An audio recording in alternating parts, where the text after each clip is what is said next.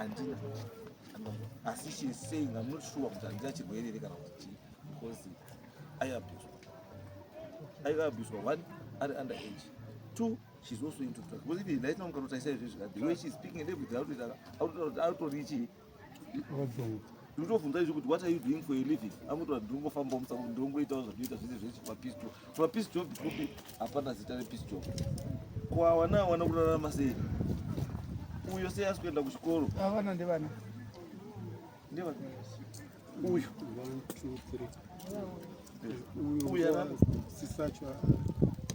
are asking the school after saying, Taruga, the school after saying, what is happening?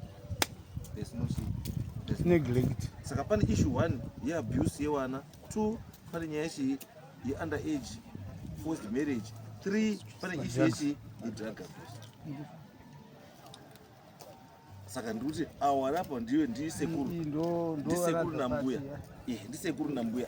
You are very wabiri webumana uyu neumwe wacho ari kunzi akafosa uyu into marriage. Saka inyaya kwambi. Then this one. Warapa. Tu warapa. Wanozviita wana madzibaba. Ndo wanatsika mutanda wakubira vanhu nyanga.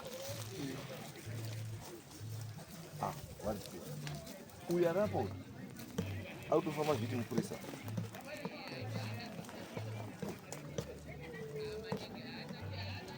Saka bhegi rawo rine zvinhu zvaushandisa kutodza nazvo vanhu.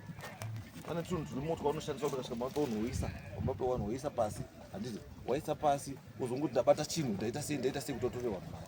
Izvo zvinzi kuti nyaya izosvike kuno inyaya yambuya. Wanga dotorera mombe. Varipi yambuya? Waripo? Waripo. Kuti pakanoti pane vamwe vakaitirwa kana vari vane information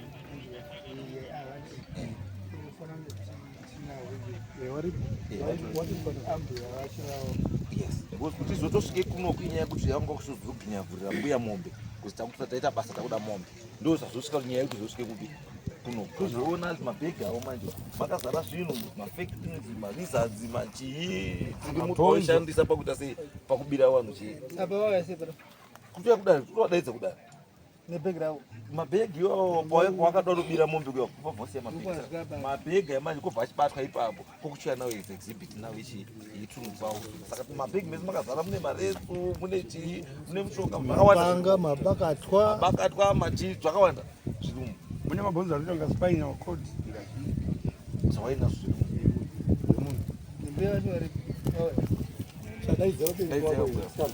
saka ndio issue yavo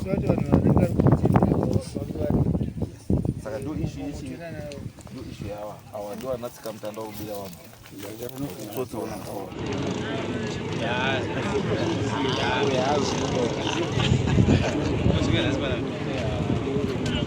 Ahora ya va a pasar